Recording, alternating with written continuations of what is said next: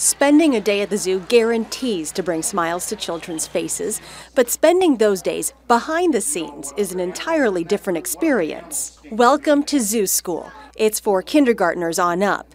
The head of the class is one of the zoo's biggest explorers, Erin Flynn. And I grew up with, pets everywhere and handling anything I could. I started working in a vet clinic. I was a veterinary technician. And then I was a laboratory technician, and I've just done anything I could with animals to find, where I belong. And zoos are it. What kind of nerd did you call yourself? I'm a bio nerd.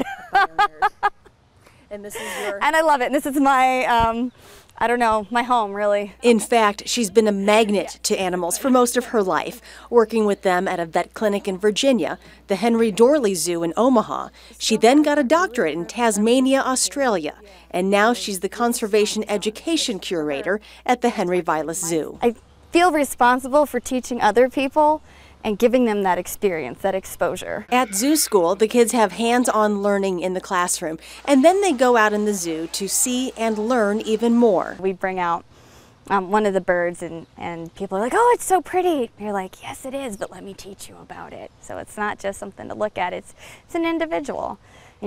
Let's teach you what he does and why he does it. Erin also likes to dispel myths. Oh, the snake isn't slimy, it's actually dry. Actually teaching them a bit about the body language or what it does in its ecosystem. And it should come as no surprise that this animal lover is also a pet owner. What do you have?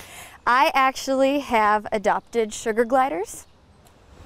And they're rescued. They're a small marsupial. Of course they are. Of course they are. Regardless if her students are learning about marsupials, snakes, or birds, she just hopes they develop a love of nature and science. It's not just science in the classroom. You can go around the field and work with these animals out in the wild and make a real difference. I'm Charlotte Deleste, WISC TV, News 3. He's